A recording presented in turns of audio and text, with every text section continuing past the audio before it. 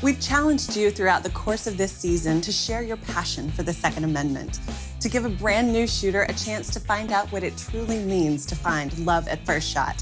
You've seen Smith & Wesson Captain Julie Golob help gun enthusiasts do just that with their friends and family members. But now it's your turn. In this episode, we'll give you step-by-step instructions on how to tackle everything from that first conversation to the very first shot. I'm Natalie Foster, and this is Love at First Shot, sponsored by Smith & Wesson. So how do you approach a first-timer and start the conversation? You never know when a passing comment can turn into a conversation and ultimately a positive, life-changing experience. Keep your radar up for moments like these. When you sense that a potential new shooter is open to the idea, continue to put their mind at ease by explaining the basic firearm safety rules. The 3 safety rules outlined by the NRA are these. Always keep the gun pointed in a safe direction. Always keep your finger off the trigger until you're ready to shoot. And always keep the gun unloaded until ready to use. Consider inviting your friend to your home to show them different firearm options. You can even work on grip, position, and stance with dry fire to build confidence and good technique. Before setting a date and time to hit the range, there are some important things to consider. Timing and location. You want to avoid a busy range with lots of noise and lane neighbors shooting large calibers. To find a range near you, log on to findnra.nra.org.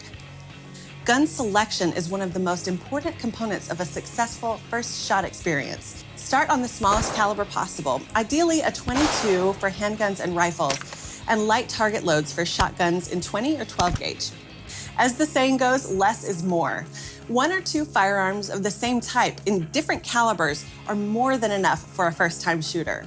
You want to make things as simple and consistent as possible. Let's talk about other essential gear. Bring a couple of different options for eye protection to account for lighting conditions, face shape, and comfort. New shooters can be very sensitive to loud noises. You can help reduce the effects of this by doubling up on hearing protection with both earplugs and muffs.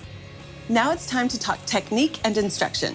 For that, we'll need a true expert, so I'll toss it over to the champ herself. It's all yours, Julie.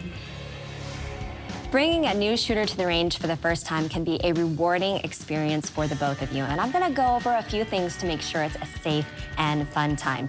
First and foremost is safety. So you wanna make sure that your shooter understands the basic safety rules, and especially when they're on the range, they understand what downrange is, that they keep the muzzle or the end of their gun pointed towards the targets at all times. They'll also want to make sure that they keep their fingers straight and outside the trigger guard. You'll probably have to remind them a few times throughout your entire session, and when you do so, be calm and clear. In fact, if they have any questions, this is the time when you want to make sure that you answer them calmly and concisely. Let's talk about the fundamentals and start with sight picture. You'll want to explain sight picture for the firearm that you brought with you, and you can do this very easily by drawing it on target or a piece of paper. Stance and grip are very important for that new shooter to control recoil. For stance, you'll want your shooter to stand aggressively with their feet more than shoulder width apart and their strong side foot slightly back. You'll have them bend their knees, lean forward at the waist so that their shoulders are forward of their hips, and extend their arms out on the target. You don't want to have them lock their elbows because that could eventually be a bad thing. You want to keep them nice and bent, but everything is nice and tight so that they are pressing the back of their hands together. This is going to help them control the recoil by absorbing it through all of the bends in their body. Dry fire is one of the best ways to teach your new shooter proper trigger control. And you want to have them extend out onto the target and squeeze the trigger slowly and straight back to their face. I like to tell new shooters to imagine they're dragging their finger through really thick peanut butter. Now, ideally, you want your shooter to use both eyes when they're aiming at the target, but if they have a hard time seeing the sights, it's absolutely okay for them to shut an eye. Now, when both of you are comfortable and confident that your new shooter is ready to go, this is your turn to shoot. You want to take the first shots on the target so your new shooter can have an idea of how loud it's going to be, what to expect in the way of recoil, so that helps them feel a little bit less apprehensive. Now, I like to start with 1 round in the gun when I'm teaching new shooters. That makes it so that if they decide they don't want to shoot anymore, the gun is completely empty. I also find it very helpful to load and unload the firearm for the new shooter. This way, they don't have to be distracted by a new skill that they have to learn, and they can focus on the important thing, shooting.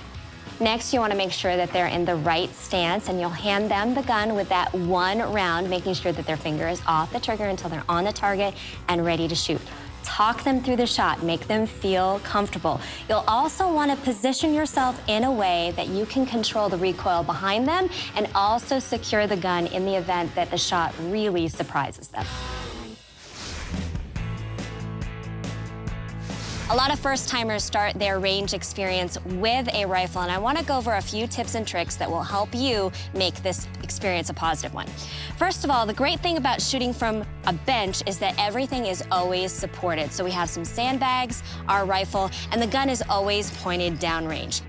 One thing that's unique with rifle shooting is you're going to want to establish their dominant hand and dominant eye. If you have a right-handed shooter that's right eye dominant, it's not a problem at all. But if you have someone who is right-handed and left eye dominant, then you have a cross-dominant issue, and you may need to either have them shoot left-handed or right-handed to make sure their line and their hands line up with the target. You'll have them take a seat at the bench, and the position they're gonna get in is gonna be based on their arm length, how their cheek lines up with the stock. You'll have to work with them a little bit in order to see the sights. But the important thing is to make sure that they have the butt of the stock in the pocket of their shoulder, like so.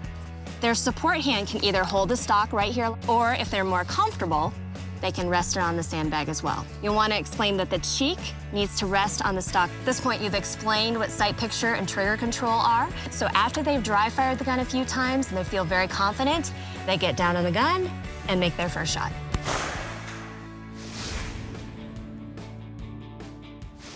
Clay shooting is such a fun way to bring first-timers to the range, but it does come with some challenges. Unlike with rifle and handgun shooting, where you can bring your target closer or make it bigger, that's not really an option when you're shooting trap, skeet, or sporting clays. The other thing is you're not able to start with a small caliber like .22 that you would with a handgun or a rifle. You're going to be shooting some full power loads out of a shotgun, and it's going to have some recoil. The 2 things you'll want to pay attention to as an instructor are stance and stock placement into the shoulder. Let's start with the stance. I like to create a good, stable platform for when I shoot, and I like to stand with my feet more than shoulder width apart with my strong side foot back. And this is the position you'll want your new shooter to get in. After that, I bend my knees and lean forward at the waist, and it's gonna feel really aggressive, almost like a boxer stance. And it may feel a little uncomfortable at first, but it's really gonna help absorb that recoil. The next thing to pay attention to is stock placement, and this is very important because you don't want your new shooter to go home with a bruise. You'll have them nestle that stock into the pocket of their shoulder. You don't want it on the arm, you don't want it on the chest, you want it right in there. And you want to have them bring their cheek to the stock. This is going to help them feel like they're in control of the gun and they can hit their target. Some shooters handle that first shot with ease, but others need a moment to process it all. Just be encouraging and listen. Don't get too wrapped up in the target, just talk about the experience. Ask them if they want to shoot again and go from there. Guns seem to generate an emotional response from all of us. For experienced shooters, it can be about confidence, empowerment, or even nostalgia.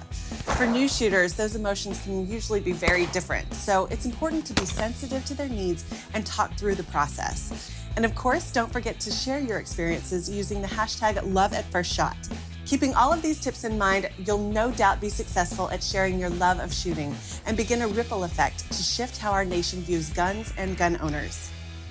Next time on Love at First Shot, we reconnect with some first-timers we've met on this season's journey and learn what they've been up to since taking their very first shots.